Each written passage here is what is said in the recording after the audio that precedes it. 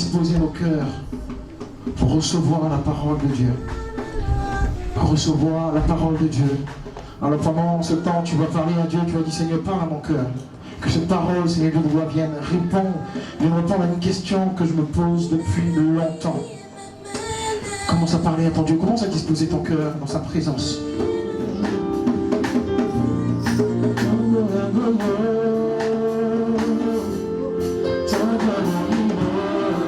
C'est le temps de l'esprit, temps de la foutaire, c'est le temps de l'action, temps de la vie, c'est le temps des miracles. Amina, Seigneur est dans ta main,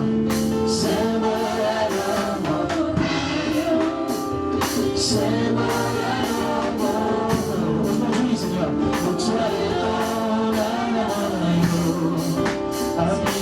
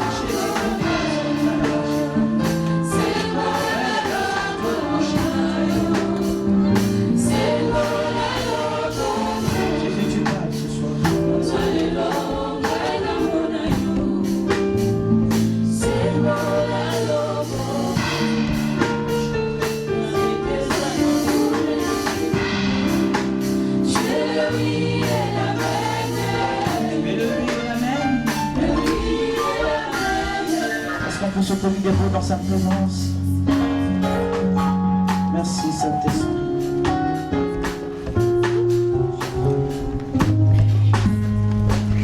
Nous allons dans le nom puissant et précieux de notre Seigneur Jésus-Christ. Soyez les bienvenus au temple de la parole qui est votre maison. Vous êtes venus à la maison, que le nom de Dieu soit béni. Je vais lire la parole de Dieu ce soir. Dans le livre de Matthieu 14, versets 22 à 34.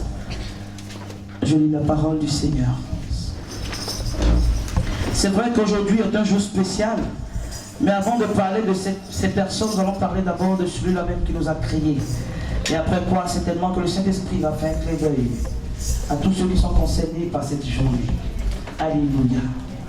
Alors nous sommes dans un mois, le mois de mars, le 3e mois de l'année 2020.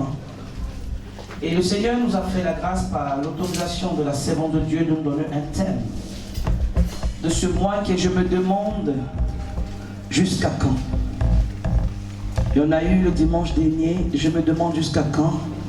Il y en a eu le sous-thème qui était pause. Ce soir, le Saint-Esprit veut nous emmener aussi dans un volet de je me demande jusqu'à quand. Certainement que durant ton parcours, tu t'es déjà posé cette question. Je me demande jusqu'à quand. Ou autrement dit, dans un langage peut-être familier, à quand mon tour? Qu'est-ce qui ne va pas? C'est quoi le truc? Mais ce soir, le Saint-Esprit te dit, de te poser cette question. Je me demande jusqu'à quand. Je ne sais pas qu'est-ce qui est dans ta situation qui a buté, où il y a eu un couac ou un bug. Et là, tu as analysé, tu te dis, je me demande jusqu'à quand. Ce soir, nous allons parler d'un sous-thème. Vous savez, quand on se pose nous-mêmes les questions, je me demande jusqu'à quand, on se rend compte qu'il y a tellement de choses. Qu'on se dit, Seigneur, j'ai envie de dire, je me demande jusqu'à quand vais-je m'enfoncer quand tu vois cette lecture, parce qu'on dit que Pierre s'est enfoncé. Ou j'ai envie de dire, je me demande jusqu'à quand je ne vais pas croire ce que je vois, parce que Pierre avait l'habitude de marcher avec Jésus. Mais comment se fait-il qu'il a regardé Jésus et il a dit que c'est un fantôme? J'ai envie de dire, je me demande jusqu'à quand ma vue ne sera pas correcte. J'ai envie de dire, face à ce texte, je me demande jusqu'à quand je vais marcher et croire que je suis sur l'eau. Je me demande jusqu'à quand on va me considérer comme homme de peu de foi. Moi, je pensais que j'avais déjà fait beaucoup. Mais le Seigneur, ce soir, va nous emmener dans un sous-thème qui nous dit ceci. Je me demande jusqu'à quand serai-je dans le non-achèvement. Je me demande jusqu'à quand je serai, si tu veux, dans le non-achèvement. Pierre a commencé quelque chose, mais il n'a pas pu achever. Et quand j'ai pris mon dictionnaire, vous savez, nous sommes toujours contents de commencer quelque chose. Mais comment se fait-il que, à la fin, on n'est plus content? Qu'est-ce qui n'a pas marché? Aujourd'hui, j'ai envie de dire à quelqu'un, tu es content de rentrer dans cette église. Mais certaines personnes sont là, peut-être ils ne sont plus contents, mais ils sont là par respect. Tu étais content de rentrer dans un travail, mais aujourd'hui, tu en veux à ton patron. Tu es content de rentrer dans un foyer, mais si on te demande de parler de ta femme ou de ton mari, tu as envie de dire, mais c'est... Je regrette ce choix. Mais est-ce pour autant que nous n'allons pas commencer quelque chose? C'est-à-dire, la question que je me pose aujourd'hui, c'est de savoir, aujourd'hui, quelle est la distance qui te reste face à ton succès? À quelle distance es-tu de ton succès? Parce que quand tu as commencé, tu avais un objectif. Mais à quelle distance es-tu de ton succès? Je refuse de te demander à quelle distance es-tu de ton échec. Non.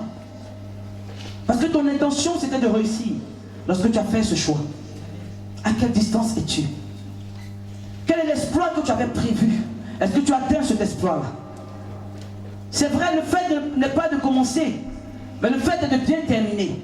Mais est-ce que c'est pour cela, ces personnes qui sont au milieu de nous, qui n'ont pas commencé, vont se dire, ah, moi au moins, je n'ai pas commencé. Voilà, c'est mieux. C'est elle qui a commencé, puis voilà, on la voit ici. Est-ce que tu penses que celui qui a commencé et celui qui n'a pas commencé, celui qui a commencé qui n'est pas arrivé et celui qui n'a pas commencé du tout, est-ce que vous pensez qu'on peut les loger à la même enseigne? Parce que lui, il a échoué. Et comme toi, tu n'as pas commencé, tu te dis, ah, au moins. Non, j'ai envie de te dire non. Non. Non. Non. C'est pas mal d'avoir peur. Mais l'autre niveau, oser, c'est courageux. Alléluia. Échouer, d'accord. Ce soir, j'ai peur d'échouer, j'ai peur de regretter, j'ai peur de me tromper.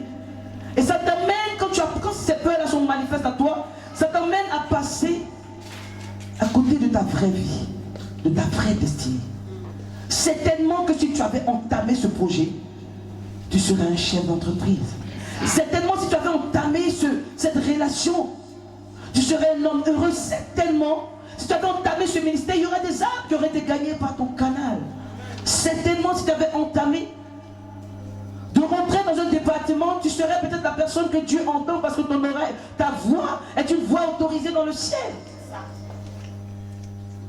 Amis de l'Éternel, avant de parler du non-achèvement, il faudrait qu'on prenne conscience qu'au milieu de nous, nous sommes tous courageux. Nous avons des personnes qui ont commencé, mais là, ils se sont arrêtés pour dire, mais mince, j'ai fait une erreur. Comme souvent chez nous les Ivoiriens, on dit, ne cherche pas à savoir qui t'a poussé dans l'eau, mais il faut chercher à nager pour sortir.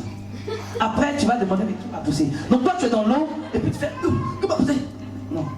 Tu sors, et maintenant, tu as la capacité de dire, en fait, qui m'a mis dedans? Amen. Alléluia. Donc ces disciples-là, dans ce texte, sont dans une barque, mais le problème, c'est qu'ils sont déjà arrivés au milieu de la mer. Ils sont déjà arrivés au milieu. Je parle à des personnes qui ont commencé des choses et qui sont déjà arrivés au milieu. Même loin comme la servante le dit. Ou même tu as commencé et tu te dis, waouh, la nature, le pays dans lequel je suis n'est pas favorable. Si normalement j'étais en Côte d'Ivoire, moi, les maisons, j'allais construire. Mais qui t'a dit qu'en France, on ne peut pas construire? Qui t'a dit? Si moi j'étais en Afrique, les entreprises que j'allais avoir, mais qui t'a dit que tu ne peux pas avoir des entreprises de VTC, des entreprises, je sais pas, tu peux tout avoir. Et cette question même se fait, vous se dit, mais en fait, est-ce que j'ai bien fait de choisir cet homme? Est-ce que j'ai bien fait de choisir cette femme? Est-ce que j'ai bien fait de choisir cette église? Est-ce que j'ai bien fait de choisir ce travail? Même le pays dans lequel je suis, est-ce que j'ai bien fait? Mais tu es déjà au milieu, qu'est-ce qu'on fait? Et dans cette situation, à part ce premier obstacle, il y a encore un deuxième obstacle. La Bible dit que le vent est contraire.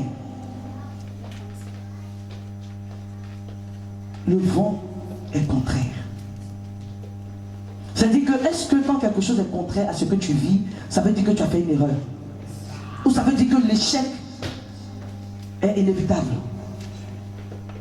Est-ce que quand tu es contre, c'est-à-dire, toi tu as décidé de partir comme ça, et puis le vent est contraire, ça te ramène en arrière, est-ce que ça veut dire que tu as échoué? Mais la Bible nous dit que le vent était contraire, mais les disciples, vous savez, quand on parle de Pierre, on sait une chose, on sait que Pierre est une personne très franche et très fervente. Pierre était une personne qui était très proche de Jésus. Pierre était le pilier de l'église. Pierre était une personne passionnée, déterminée, mais impulsive. Parfois brusque. Ce Pierre dont on parle. Pierre, en somme, avait beaucoup de qualités, mais il avait aussi certains défauts. C'est pour dire que toi aussi, tu as la capacité d'oser. Ne te dis pas que si tu n'as pas la capacité, si tu ne peux pas sortir de la barque, c'est parce que ce n'est pas encore ton temps. Tu peux expérimenter certaines choses. Certains d'entre nous, on se dit, peut-être comme je viens de me convertir, en fait ça fait à peine 6 mois que je suis chrétienne, je ne peux pas rentrer dans le groupe d'intercession, je ne peux pas balayer ou je ne peux pas prêcher. Non. Pierre avait une chose que le Saint-Esprit nous demande ce soir, c'est ce qu'on appelle le courage. Le problème, Pierre, vérité. Jésus a dit à Pierre, homme de peu de foi. Il n'a pas dit qu'il n'avait pas la foi. Il avait peu de confiance. Il avait peu. C'est pas qu'il n'avait pas. Il avait peu. Et parce que Pierre aussi a regardé le vent. C'est pourquoi j'ai envie de te dire ce soir, rentrons dans une dimension où nous sortons de la réalité à la vérité.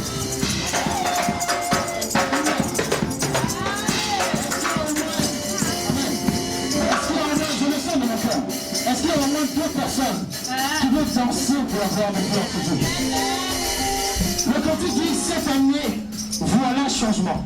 C'est un français un peu ivoirien où on enlève les articles. Mais en fait, tu es en train de te présenter à ton frère, à ta soeur, et tu dis cette année, voilà changement. Tu es en train de lui dire que je suis sûr à quoi ressemble le changement. Et même si tu me vois dans une certaine condition, attends-toi à me voir autrement. Parce que cette année, c'est l'année justement où mon statut va changer. Alors, aujourd'hui, je vais lancer un défi à quelqu'un. Est-ce qu'au-delà de... quelqu'un peut faire autre chose? Tu peux tuer, tu vois? Sois libre de la présence de Dieu. Tu vois? Voilà, sois libre de la présence de ton Père. Donc, en ce jour de mettre bien sur un défi. Donc Dieu te regarde. Et tous les dimanches quand tu viens, Dieu te va faire ça. Il dit, mais ma fille, bon, je ne peux pas rien.